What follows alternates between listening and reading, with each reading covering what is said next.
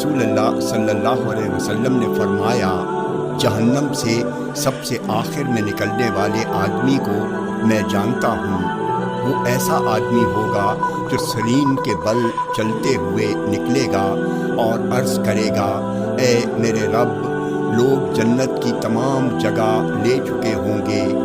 आपने फरमाया, उससे कहा जाएगा, चलो जन्नत में दाखिल हो जाओ। आपने फरमाया, वो दाखिल होने के लिए जाएगा, जन्नत को इस हाल में पाएगा कि लोग तमाम जगह ले चुके हैं। वो वापस आकर अर्ज़ करेगा, ए मेरे रब, लोग तमाम जगह ले चुके हैं। आपने फरमाया, उससे कहा जाएगा, क्या वो दिन याद हैं जिनमें दुनिया के अंदर थे? वो कहेगा, हाँ। उससे कहा जाएगा, आरज़ू करो। आपने फरमाया, वो आरज़ू करेगा।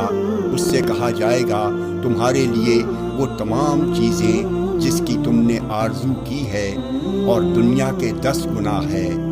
आपने फरमाया, वो कहेगा, ए बारी ताला, आप मजाक कर रहे हैं, हालांकि आप मालिक हैं। इब्न मसूद कहते हैं, मैंने रसूल अल्लाह सल्लल्लाहु अलैहि वसल्लम को हंसते देखा, हत्ता कि आपके अंदरूनी दांत नज़र आने लगे।